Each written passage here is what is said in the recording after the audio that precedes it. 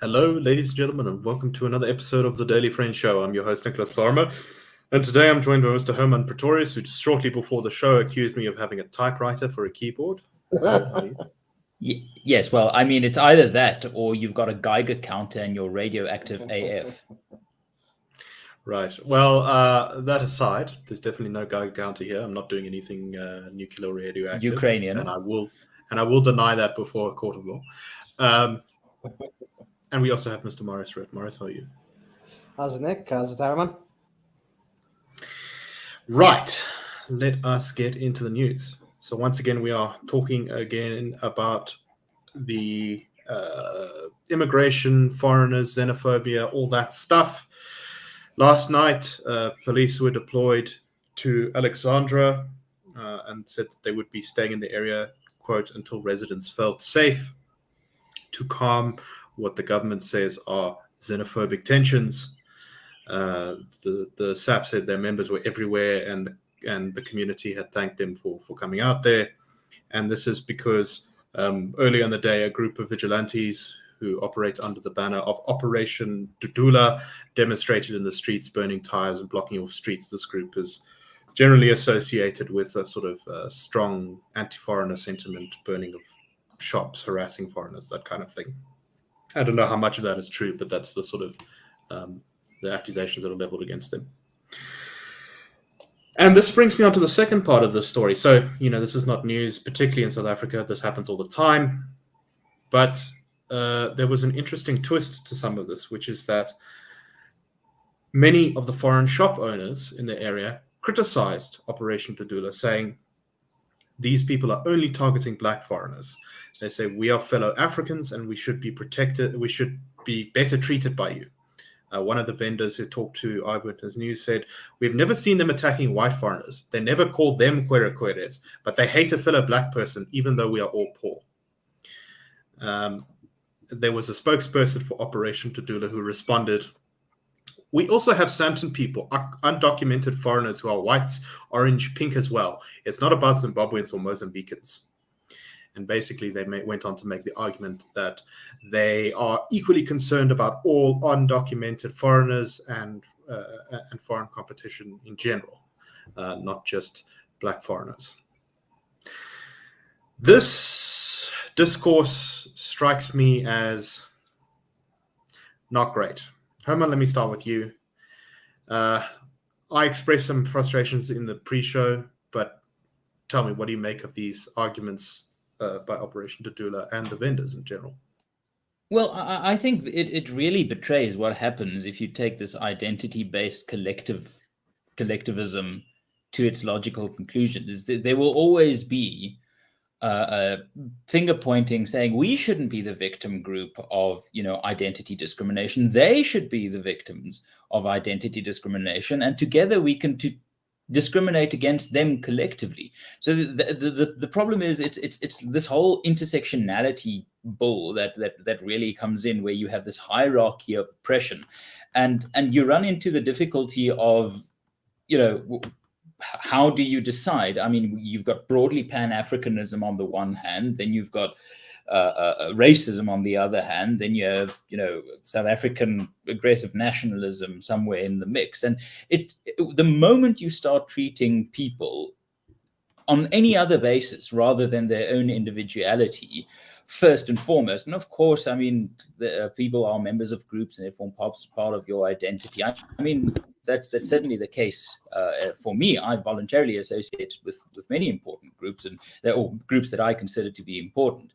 But the moment you get into this sort of wetland area of choosing an identity that is offensive and problematic, and that based on that identity you target people, whether it's language, race, culture, nationalism, nationality. The moment you do that, you're into the weeds. There's no turning back from there, because you will always be outranked by some sort of bigger, more more oppressed group, and there's something quite quite worrying about our moral compass if the defense against something like this is no, we hate other people as well as you.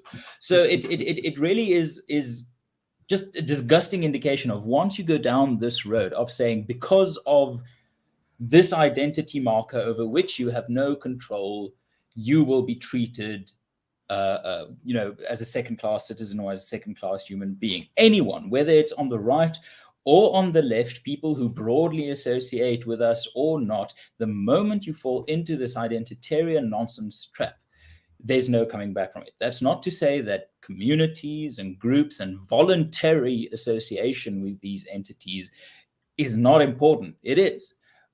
But the moment you start playing the game of intersectional, identitarian, collectivist politics, I mean, you can really just shoot everything you have in the face and the foot. You're in the weeds and you're not going to get back. Right. I mean, what's so... That's exactly that sort of final point you made there is exactly what so disturbs me about this. It's guys, look, we may be going around as vigilantes enforcing immigration law and harassing people and being accused of committing violence. But don't worry. We hate everyone equally and we're not racist. And our public moral discourse is so twisted. I'm not racist. It's like acceptable. Marius, what do you make of this? It's something that's been with South Africa for a while now. I remember the first anti-foreigner rights were around about 2007 or 2008, I think. And I mean, they're basically pogroms. I mean, let's call it what they are. Even not to exaggerate, but you could even maybe call them ethnic cleansing events and whatever. But I also recall this stuff, this discourse around white foreigners being immune. This is also not that new. I was trying to remember who said it, but it's also something that's gone back a couple of years where, people say, well, why are we attacking, fellow Africans or, other black people? Why are we letting white people or white foreigners be immune from this? And as you say, though, Nick, I mean, it's, by saying we're actually racist to everybody. That's what they're saying. And that's basically the excuse. But I mean, all this kind of tension we're seeing, it's a confluence of a number of factors, and it all comes down to, policy failures on the part of the ANC government, from, not being able to control the country's borders, not being able to have an economy that's growing and providing opportunities for everyone. And look, you obviously can't condone xenophobia, but in any country in the world where there is a large-scale movement of, let's say lower skilled people coming into society, you are going to have these kind of tensions. I mean, that's part of the reason why the UK left the EU in when they had the election, 2015 or 2016, or the referendum at least. And part of it was because there was large amounts of Eastern Europeans coming to the UK. And even though there weren't, I mean, most people, they obviously don't have our unemployment problem, but there was just a perception that people were coming in, and this I think made a lot of people vote for Brexit. We've also, we've seen what's happened in Germany. I think that's a good example. We've had rise of parties like the Alternative for Germany, or the AfD. If there hadn't been large-scale migration, we probably wouldn't have seen that. And we've seen these kind of anti-immigrant parties arise in a lot of Europe. And while immigration is generally good for a country, there has to be some kind of limits, or some kind of controlled immigration. It never ends well when there's large, uncontrolled movement of people into an area. And I mean, you can look at the history of colonialism. The people, who were the victims of colonialist settler states will tell you what happens when you allow a lot of people who, just to arrive on the shores of a country. So not that I'm saying these two things are the same thing, but I think you can, there's kind of an analogy you can draw. So yeah, I think there's all of it. We obviously can't condone this xenophobia. Nobody should be attacked because of their national origin, but the reasons for it, the roots lie in the policy failures of the ANC. And until we have decent control of our borders and economy growing at 5% a year, these kind of tensions are going to be with us for a while. And so there's a if I can just quickly make a point here, Herman. This is something that's really annoyed me about the immigration debate in South Africa. There's this tactic in arguing called the Mott and Bailey strategy. And the idea here is that you make a very aggressive claim that you can't necessarily support, but has like a lot of energy behind it. But if you're attacked, you don't defend that claim. You pretend like you actually made a much more reasonable claim. And I see this from the immigration restriction proponents in South Africa all the time. They'll say, we must get rid of these foreigners. They are taking our jobs. They are stealing us. They are outcompeting us in business, all those things like that. And if you say, why should people contributing to the country who are legally here be targeted by you?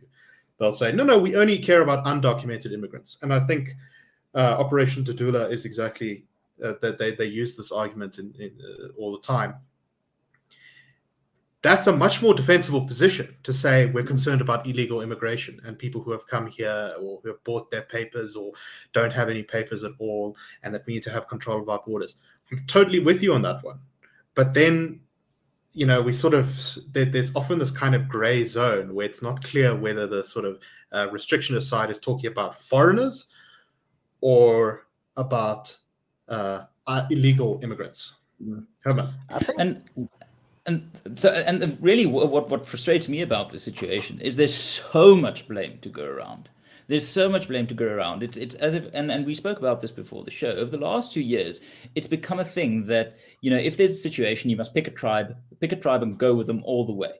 While it's possible to look at the situation like this and say, there are several parties here to blame for the situation. Yes, someone here illegally broke the law. But also, the border wasn't policed properly by the South African government.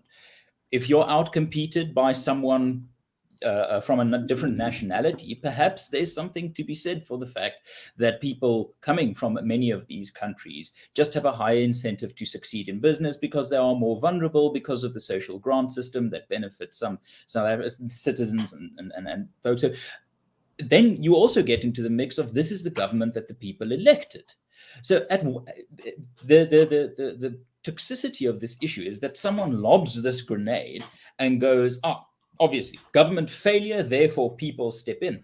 But it's not so simple. There are many levels of failure, including blame on these communities themselves for not being able to actually, structure businesses and so on that can satisfy the needs of their communities if a nativist idea is so important to them. We must remember that any market is just as moral as the participants of that market. If you are willing to buy from a Somali because they get stuff cheaper, that's a moral judgment that you're weighing against your own financial capacity. So there's and so also, much to go around. As our colleague points out, they often give interest-free loans to customers. Yes, but at the end of the day, let me just put it this way: is whenever you hear a problem like this, please resist the temptation to just pick a tribe and go with it. You don't have to do that. You don't have to necessarily commit to some sort of banner policy and say you're either with the government or with the vigilantes. There's something more than this. And, one might go to the very depressing statement that we are primitive and, well, you go there if you want to. But for the rest of us, let's try and at least pretend that the last 2,000 years of civilization broadly happened. Marius, final thoughts? Just one thing on that. I think you make a good point about illegal immigration versus legal migration, and how people claim that only against illegal migration. But I think Hermann Mashaba let his slip show a little while ago on Twitter when he said he'd received information that there were foreigners working in the Department of Basic Education. Shock horror. But I mean, I would guess that people who are working as civil servants who are foreigners would most probably be illegally, would probably be fairly highly skilled individuals, and they're probably doing a job that not too many South Africans can do. So I think, there's definitely we can talk about illegal, undocumented migrants and so on, and that's probably a conversation to have. As I said, I think that is part of the reason we are having these tensions. But I think then somebody like Hermann Mashaba lets his slip show, and he seems to be pretty much against anybody who was not born in this country working, whether legally or illegally. Right, and I just want to finish off by saying I think one of the reasons why I am so frustrated by this is because, we often talk about racial problems in South Africa. The potential for black and white violence or colored on black violence or whatever. But the only place that we've seen large-scale violence against a directed against a group is against foreigners in this country. And I think that's something we do have to bear in mind. This is a very real problem, and it has already killed quite a lot of people. So we need to think a lot about these debates and how we talk about them. Might I make a final point on this, Nick? I once spoke to a colleague. It was a few years ago. It must have been either late 2019 or early 2020, where there were similar rumblings about xenophobic concerns in Somalis and Pakistanis and Bangladeshis and people from other countries running businesses. And in one of our colleagues' areas where he lives in the township, these foreign nationals were threatened and they closed their spousal shops and went on their way. And for about 2 or 3 weeks, the situation went on until the community came together and the elders of the community sent a delegation to these bazaar shop owners asking them to please come back, because the community appreciated the good deals they could get from these bazaar shops. So you shouldn't just go to the conclusion that because vigilantes claim they act in the interest of the community, they automatically do. It's much more nuanced than this. Just picking one side here, really, it's a betrayal of an absence of proper understanding of the problem. Anyway, speaking of the root of the problem, we should move on to our next topic, and that is, of course, South Africa's GDP figures. The latest figures for the last quarter of last year have come out, and they have been described as better than expected. I believe that it was we had about 1.2% growth, which is slightly better than the 1% growth that was expected.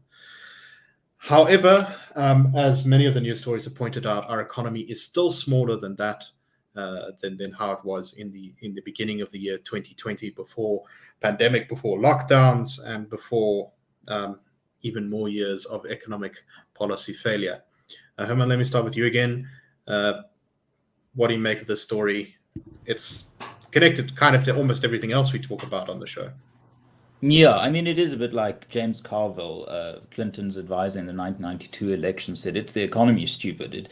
Most of the time, it really, really is. It is. Someone in the comments said something about Maslow, and it really sort of boils down to that: is the lower on the Maslow hierarchy of needs you are in terms of satisfying your basic desires, the more unhappy you are, and the more likely societal tension and unrest comes from that. So when we talk about the economy, it really is it's the color with which we paint. It's the light by which we read. It's the underlying theme of everything that really goes on in a country. Not exclusively, but it's a pretty solid indicator. And so 1.2% growth for GDP for the last quarter of last year. I mean, in usual times, that would be fantastic, because that would translate to 4.5 to 4.9 annualized growth, and that would be amazing. If South Africa could achieve that under normal circumstances, that would be spectacular. But the problem is, these aren't normal circumstances. This is a recovery from a very, very low base, a recovery that is frankly quite underperforming some of our emerging market competitors. So while it is something to be welcomed, and while the Treasury forecast 4.9% annualized growth in 2021, it is 4.8, and what resulted was 4.9% annualized growth. It's nowhere near good enough to actually reverse two of the most dangerous trends in the country: unemployment, read under this also youth unemployment, and grants, where more people receive grants from the state than are in active, constructive, productive employment.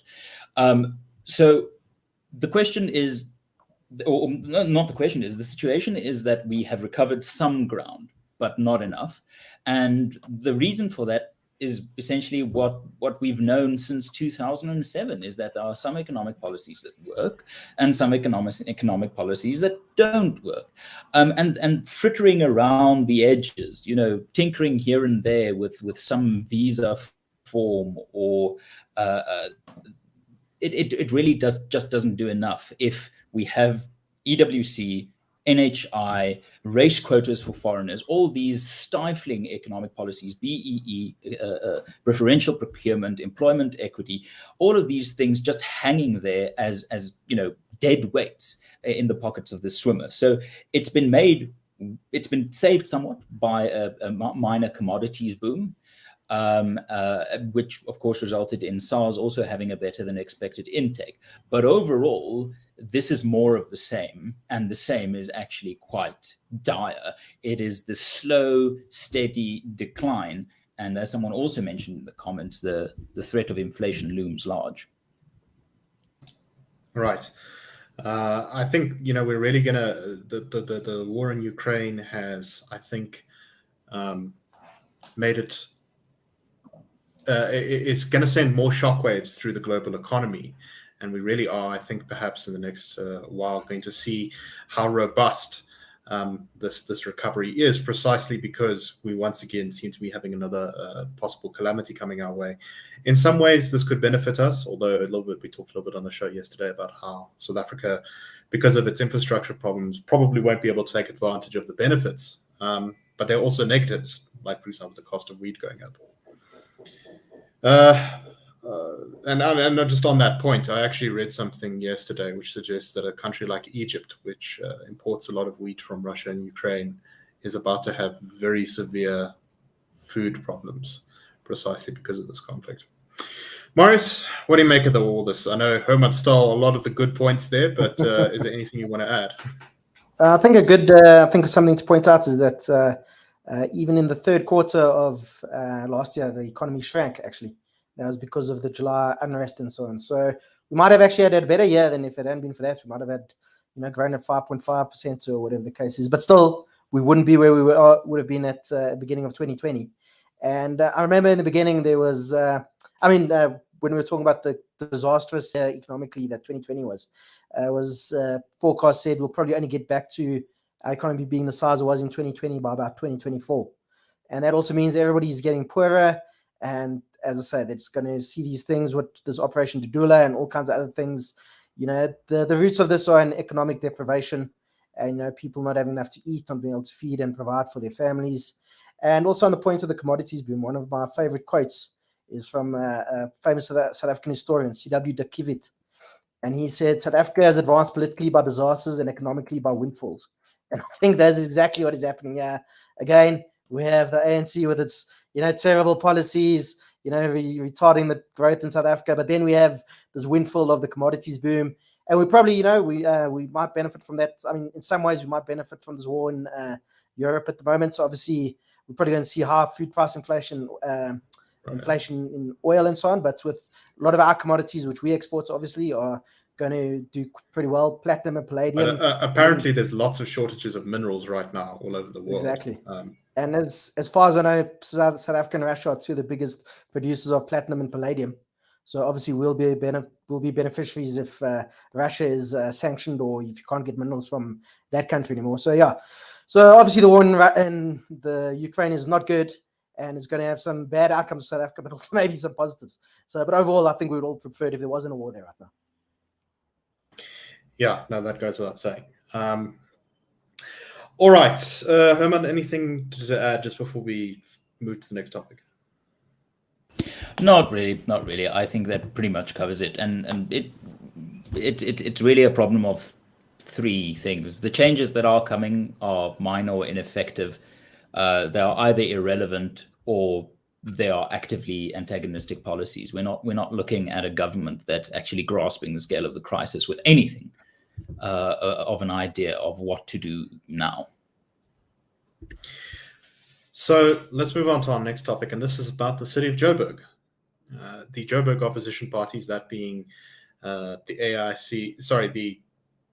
AIC, El Jamaha, the PAC, and the African Heart Congress, have released a statement that was reported in the Sowetan, saying that the DA in Johannesburg wants to remove young black professionals to make space for whiteness. A number of councillors mostly from the AIC, such as Margaret Arnolds and Themba Mhlongo, said the DA was showing its true colors. We strongly condemn the action of the DA and its partners. They're starting to show their true colors of being anti-black. How on earth could they want to reverse the conversion of these young black professionals from their legally employed positions, considering the high rate of unemployment? They're hell-bent on destroying the lives of these young professionals. So I believe this is in relation to the fact that the DA said that it was that it made the accusation that just before the ANC lost control of the city of Joburg, they had appointed a lot of ANC political staff as officials in the city of Johannesburg, basically to protect their jobs, despite the fact that they, were no longer in control of the administration, and that normally those are the kind of jobs which would go out with the party because they're being replaced by DA people. And the DA has moved to kind of try and cancel a lot of these contracts, saying that they're unnecessary staff for the city.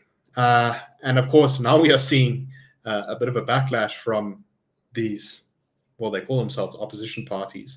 But generally speaking, I don't know. I'm a bit skeptical about their records. Marius, what do you make of this? Well, firstly, I think it's something we're seeing rise. It's becoming pretty common in South African discourse, and I like to call it the wit gevaar. A lot of opposition parties will come and say, "Oh, it's the whites are going to come back, or they're going to do this." And I mean, there's this quote here from this article is just for me so telling by Mr. Mhlongo. It's from the ARC, Temba Mhlongo. From the ARC, he says they want to import their whites from the Western Cape to come in and work in the city of Johannesburg. And just like, what does that even mean? And just, as I said, this wit gevaar thing. Oh no, the whites are coming. It's so terrible. But also, I think it's also a very good point that, I mean, all the four of these parties are opposition parties. I mean, they are opposition parties to the current government of Johannesburg, but they're all pretty much linked to the ANC. I mean, Al Jamaa and the ARC and the PAC pretty much, vote in lockstep with the ANC in whatever kind of council it is, whether it's city council or legislature or parliament or whatever the case is. And there's this African Heart Congress, who I've never heard of before. I mean, they're a tiny party. They got one seat in Joburg, but so they obviously also it's. I think they're being used as kind of. I mean, I'm pretty sure the ANC or the EFF or both have been behind this and are pushing this, I think.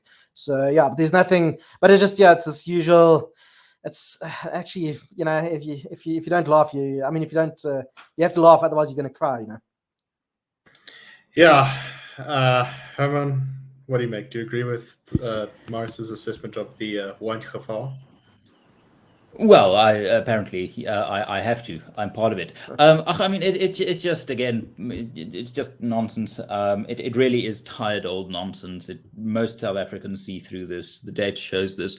And the only thing I can really implore people to do is to be democratically active. If you know of someone who votes Al Jamaa for whatever reason, or AIC, go speak to them and ask them, why do you vote for this ANC puppet party? I mean, it really isn't a secret where the scepter is swung. But also, just on an ideological level, the idea that taxpayers under dire pressures in a municipality with great fiscal challenges must fund through preferential means, for some reason, the jobs of 130 public servants or public sector workers. I mean, it just baffles. It just baffles the idea that these people are somehow entitled to taxpayer money as their salaries. There's just so much wrong with this. And Nick, you would know from your time in government how toxic some of these entities, these people are, driving this sort of just cheap racism. It's exactly like the zwart gevaar, the rooi gevaar, and the wit gevaar. And the only one of those gevaar I think would actually be useful is the rooi one, because it's not racial, it's ideological. It's about warning people against ideas. This is just, I don't have words foul enough to describe it. And one point on this, one of you, I think, pointed out before the show, is that there was no comment in the article from either the DA or the Johannesburg city government, which also, I mean, that's basic journalism. You at least offer the other side, an opportunity to make the comments. Even if they just say no comment, you have to contact them. And you would say, we reached out to the DA or the city of Johannesburg and they didn't get back to us, or whatever the case was. But it's pretty clear they didn't. And this is kind of just set as gospel. There's no opposing viewpoint or anything. So it's a failure of journalism, actually, in this article. And also something that we probably should be. It's even worse because the author of the article is described as a senior reporter. Yeah. But anyway, I mean, This is just the same old playbook we've seen that has dragged down the public debate in this country for so long. And until we get past this kind of nonsense, we're not really going to get anywhere. Anyway, I'm afraid I can't say more on that because we are out of time. So thank you very much for listening today on the show. We hope you enjoyed it. We hope you found it interesting. Please subscribe to our channel. Please like the video. And please support the dailyfriend.co.za, where you can find opinion, the occasional news story, and of course this show, as well as a couple of other podcasts. Anyway, have a wonderful one, everyone, and we'll see you tomorrow on the Daily Friend Show.